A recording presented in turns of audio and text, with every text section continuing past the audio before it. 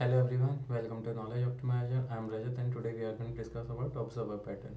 So it is again behavior design pattern. So consider the case. Uh, okay. So I think all of you must be using laptop and or phone actually phone. So if you have seen weather information in on your phone, okay, and also on your laptop. So if you have seen like whenever any update in the weather, whether it's going to be rainy or it's going to be cloudy or something, any information, whether it is updated any station, this is updated here also.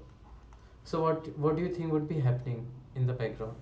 So what we have done is basically these basically phones, or you can say laptops or any other devices, basically they have subscribed to this. They would be in queue, basically they are managing. So whenever any update being done, or basically just forget about this queue. So suppose this is a weather station. Now these these all the devices have basically the API corresponding to them have basically subscribed to this station data. So whenever there is any update made here, so all these devices would be updated. So it's kind of pub subsystem, publisher and subscriber system. So it could be anything like here is this example of weather station. Now if you have seen basically whenever there is any update made on the, if you are using any Instagram or any social media, so whenever there is any update made by any celebrity, basically they publish that data to their profile. So what is happening now, since you are following them, so basically you are creating a subscription, not subscription, basically subscribing to the information for those particular celebrities.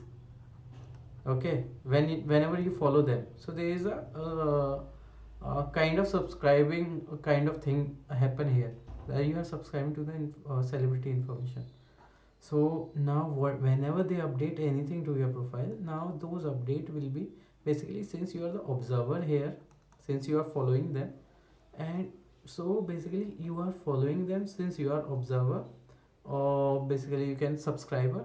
So whatever update they make, they will be reflected on your feed also. Similarly, whoever is following you, so basically whatever update you are making, now in this case you are the publisher and they are the subscribers. So whatever update you make, so basically whoever being following you, all the information will go in their feed also, whoever subscribed you to. So this is the main idea behind this pattern. So we have an observer, or you can say subscriber, and we have publisher. Now all the subscriber, basically there would be multiple subscriber, there would be single publisher, and there could be a combination of multiple publisher also, but that would be a total different kind of view system. Consider this case, now we have single publisher and there would be multiple observer subscribing to this publisher. So whenever any update made, so these observers will going to be notified also regarding those update. So jumping to the definition part of it, it would be this only. So one to many dependency between objects. So any state change in the subject, or you can say publisher, so any automatic the updates to all dependent object, basically subscribers. So this is the this is the structure. So there would be a publisher, there would be multiple subscribers. Now any information being basically, if some any information made to publisher, those who are subscribing with an update event would be triggered for them. So in this example, what we'll do, we'll create a publisher. Okay, now we have a publisher. Now we have attaching subscriber, or detach subscriber, or notify subscriber. These are the three functions of it. Now this is a weather station which is basically implementing these three functions. So currently we are maintaining three field: temperature, humidity, and pressure, and list of observers we are maintaining. Okay, whenever any observer, basically any subscriber subscribe to this publisher, now what we'll do, we'll create a connection, basically add that observer or subscriber to this list.